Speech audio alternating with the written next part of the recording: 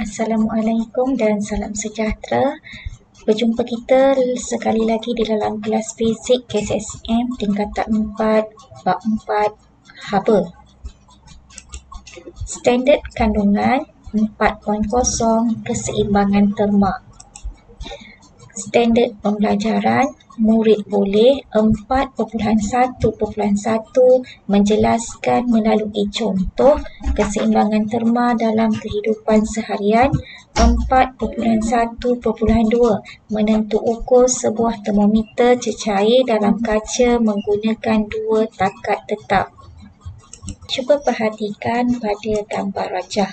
Apakah yang berlaku kepada sudu apabila pelajar rendamkannya ke dalam kopi yang panas? Baik, apakah keadaan akhir yang akan dicapai oleh sudu dan air kopi? Pada hari ini, kita akan belajar mengenai keseimbangan terma. Baik, apabila objek yang panas P bersentuhan secara terma dengan objek yang sejuk Q, apakah yang berlaku? Kadar pemindahan haba dari P ke Q adalah lebih tinggi daripada kadar pemindahan haba dari Q ke P.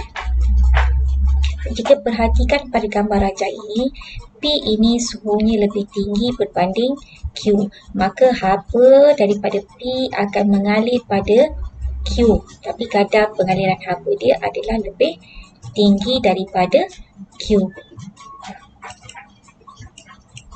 Baik, terdapat pemindahan haba bersih dari P ke Q, maka suhu P ini akan menurun dan suhu Q ini akan meningkat. Kalau pelajar perhatikan tadi, suhu P ini adalah 100.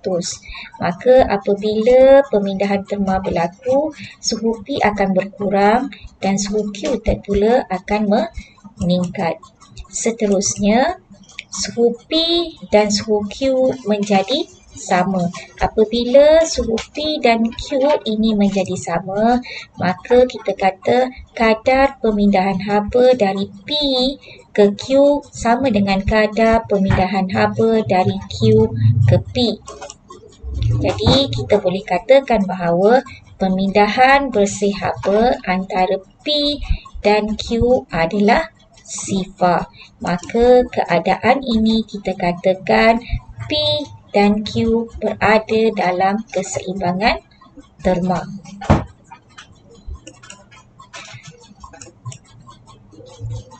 Baik, kesimpulannya daripada apa yang diterangkan tadi ialah keseimbangan terma ialah pemindahan bersih haba antara dua objek itu adalah sifar. Suhu kedua-dua objek itu adalah sama. Ini ialah dua perkara yang berlaku apabila sesuatu bahan mengalami keseimbangan terma. Seterusnya kita akan melihat aplikasi keseimbangan terma dalam kehidupan seharian, iaitu dalam bagaimana kita boleh menggunakannya untuk memanaskan objek dan juga untuk menyejukkan objek. Seperti dalam gambar, bagaimana kita dapat mengambil suhu badan dengan menggunakan termometer dan bagaimana makanan yang berada di dalam ketuhar akan menjadi panas. Contoh untuk penyejukan objek adalah makanan yang disimpan di dalam peti sejuk dan juga bagaimana kita menyejukkan air minuman dengan meletakkan air batu. Okey, yang pertama, bagaimana termometer itu berfungsi untuk menyukat suhu badan. Okey, yang pertama, termometer klinik diletakkan di bawah lidah pesakit. Berbuli termometer bersentuhan secara terma dengan badan pesakit. Haba dari badan pesakit mengalir ke termometer sehingga suhu kedua-duanya menjadi sama dan suhu badan pesakit dapat ditentukan kerana keseimbangan terma berlaku. Contoh yang kedua ialah apabila kita masukkan makanan ke dalam oven. Baik, udara panas di dalam ketuhar bersentuhan secara terma dengan makanan. haba dari udara panas mengalir ke makanan dan suhu makanan meningkat sehingga ianya masak. Keseimbangan terma yang kedua boleh digunakan untuk menyejukkan objek. Yang pertama, makanan yang disimpan di dalam peti sejuk bersentuhan secara terma dengan udara di dalam peti sejuk. Haba dari makanan mengalir ke udara di dalam peti sejuk dan suhu makanan menurun dan makanan kekal segar untuk tempoh yang lebih lama.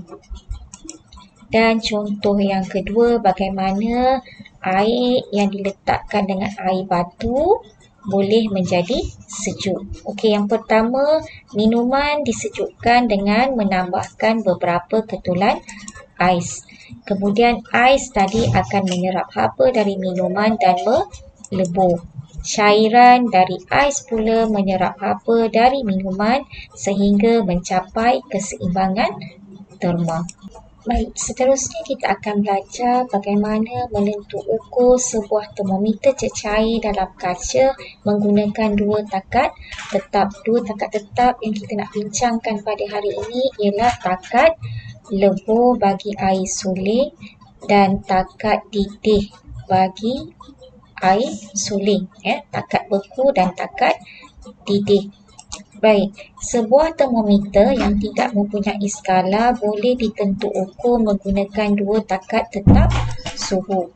Dua takat tetap bagi air suling yang digunakan ialah takat lebur ais iaitu 0 darjah Celsius, itu dikenali sebagai takat tetap bawah, dan takat didih air iaitu 100 darjah Celsius yang dikenali sebagai takat tetap atas.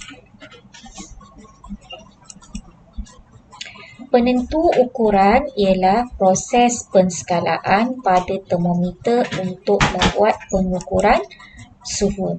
Jadi panjang turus cecair dalam termometer antara takat tetap bawah dan takat tetap atas perlu dibahagikan kepada 100 bahagian yang sama. Maka ia boleh digunakan untuk mengukur suhu antara 0 darjah Celsius dan 100 darjah Celsius. Untuk menentu ukur sebuah termometer cecair, kita akan menggunakan formula seperti di atas, iaitu T suhu yang kita ukur sama dengan L ini ialah panjang. Panjang pada suhu theta tolak dengan panjang pada suhu 0 darjah Celsius dibahagikan panjang merkuri pada 100 darjah Celsius ditolakkan dengan panjang merkuri pada suhu 0 darjah Celsius dan didarabkan 100 darjah Celsius. Baik, kita tengok gambar termometer. Baik, apabila pelajar rendamkan berbunyi termometer ini ke dalam bekas yang mengandungi air batu, maka merkuri ini akan meningkat sehingga paras sini. Baik, di sini kita kata kita akan tandakan pada termometer itu pada suhu 0 darjah Celsius. Maka jarak antara berbuli hingga ke tanda ini kita akan gunakan dengan tata tanda L panjang pada 0 darjah Celsius. Kemudian kita akan ambil termometer ini, kita akan letakkan di dalam air yang mendidih. Maka merkuri ini akan meningkat sehingga tanda pada 100 darjah Celsius ini. Maka kita akan tandakan di sini iaitu suhu 100 darjah Celsius. Maka antara 0 hingga 100 darjah Celsius ni kita akan bahagikan sama panjang untuk 100 bahagian. Maka apabila pelajar rendamkan ke dalam satu cecair yang tidak diketahui suhunya, maka turus merkuri ini akan naik pada satu titik. Maka bila kita tandakan sini, maka kita kata ianya adalah panjang pada suhu theta. Baik, mari kita tengok contoh bagaimana untuk menggunakan formula ini. Baik, contoh panjang turus merkuri pada takat ais dan pada takat steam masing-masing ialah 5.0 cm dan 40 cm. Apabila termometer itu direndam dalam cecair P, panjang turus merkuri adalah 23.0 cm. Berapakah suhu cecair P? Baik, bagaimana untuk menyelesaikan masalah ini? Baik, mula-mula kita tengok pada soalan. Terdapat beberapa nilai yang perlu kita tahu. Okey, yang pertama kita ada 5.0 cm iaitu panjang turus merkuri pada takat ais. Dan kita juga tahu 40 cm ini mewakili panjang turus merkuri pada takat steam.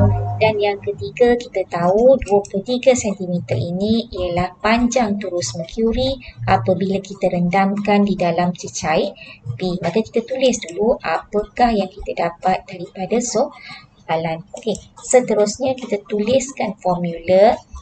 T sama dengan L theta tolak L kosong dibahagikan dengan L 100 tolak L kosong didarabkan dengan 100 darjah Celsius. Maka kita masukkan nilai dan kita tekan kalkulator dan pelajar akan dapat jawapannya ialah 51.43 darjah Celsius. Maka cecair P itu suhunya ialah 51.43 darjah Celsius. Jadi untuk kelas hari ini kita telah belajar mengenai keseimbangan terma. Dan pelajar perlu ingat apabila berlakunya keseimbangan terma, ada dua perkara yang penting di situ ialah suhu antara kedua-duanya adalah sama. Dan yang kedua, apabila mencapai keseimbangan terma, kadar pemindahan haba bersih adalah sama dengan sifar. Dan yang kedua, apa yang kita belajar pada hari ini ialah untuk penentuan termometer menggunakan dua takat yang tetap. Jadi harap pelajar boleh faham apa yang kita pelajari pada hari ini. Jadi kita berhenti di sini dulu pada kali ini dan kita akan berjumpa di kelas yang lain. Selamat belajar.